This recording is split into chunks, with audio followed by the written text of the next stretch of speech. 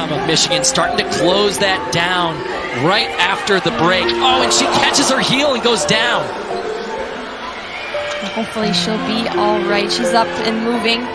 Actually, she picks up the baton and she's going to continue racing. The baton stayed in the track.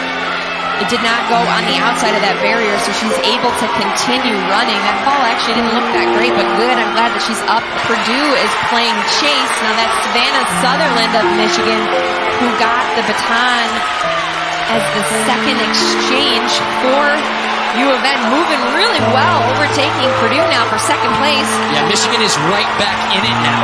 So really wise move from Isom, not only to give her teammates the opportunity to run, but they're back in the race. So really nice job from Sutherland to pull this back together after Isom took a fall.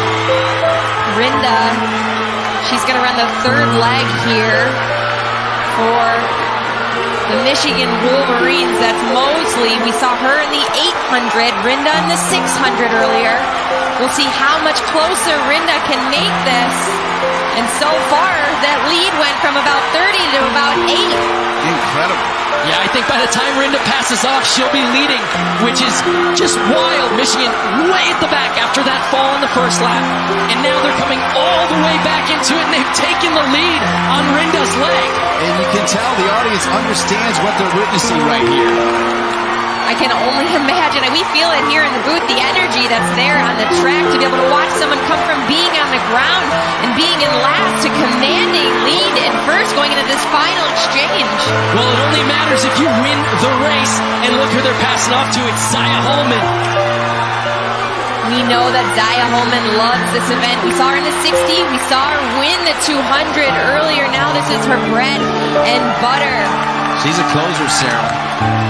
Yeah, and she looks smooth and controlled. She's got that game face on. In a commanding lead for the Wolverines with a lap to go. Not only did they fall and fall behind, they are just absolutely putting on a clinic here. How did they do it? Opening split for Zaya Holman, 25-24. Her teammates there on the backstretch cheering. Then the Michigan Wolverines from the track on the ground to first place in the women's 4x4 relay.